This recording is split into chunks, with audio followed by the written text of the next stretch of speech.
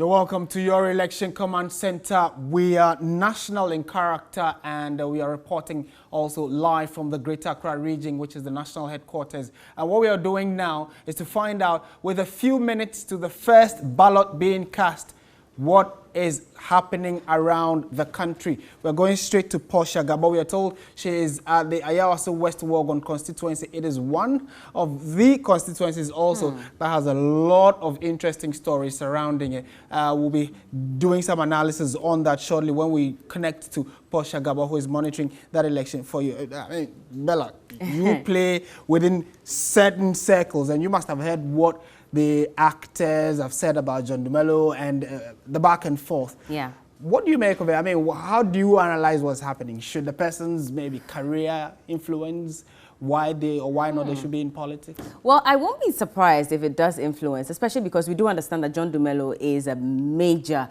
movie personality, or was, until he decided to venture into politics. And so we've seen a lot of the other well-established movie producers, actors, all supporting him as well. There was some, you know, what do I say, uneasiness when a number of actors also decided to support the incumbent, Lydia Hassan.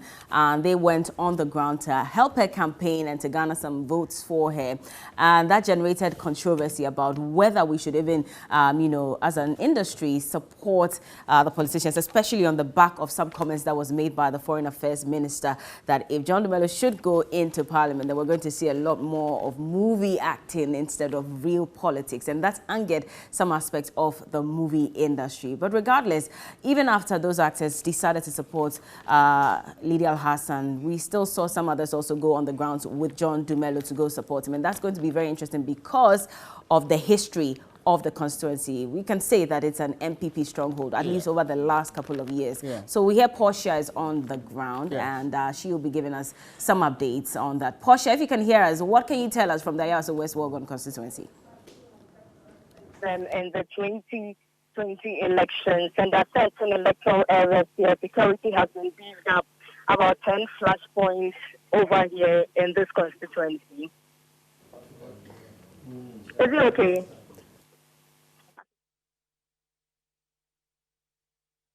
She's currently at the Ayawaso West Wuogon constituency. Portia, we can hear you, so you can just go ahead and update us on what's happening on the ground.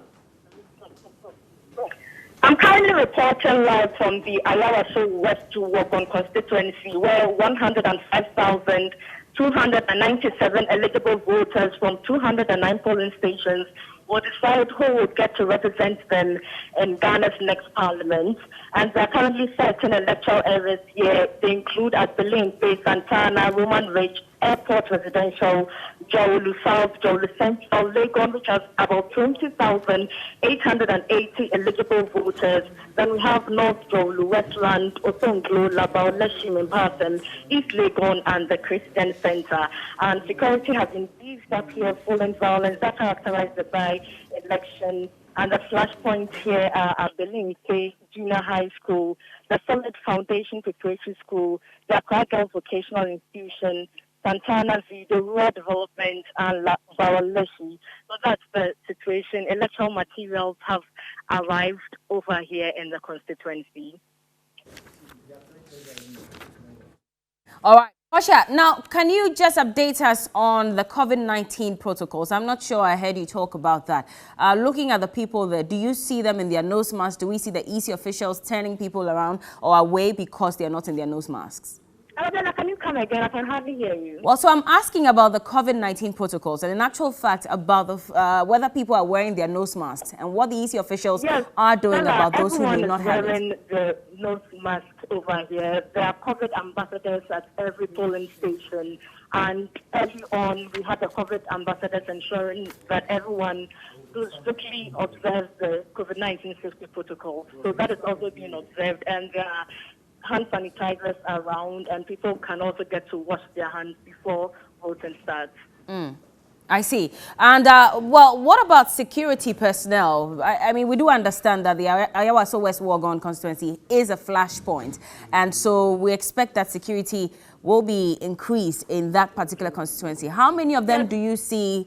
How prepared are they? About 10 flashpoints in this constituency. These are at the Link Junior High School, the Solid Foundation Preparatory School, Aquaga Vocational Institution, Santana Video Area, Rural Development Area, Labaleshi Primary School, Aplata Zilla at East Wuogon, and then C2329 at Otonglo. These are the flashpoints over here. And early on, I did speak to the East Wuogon District Police Commander, and he's saying over 200 police personnel have been deployed to ensure law and order, promising that what happened in the by-election will not occur.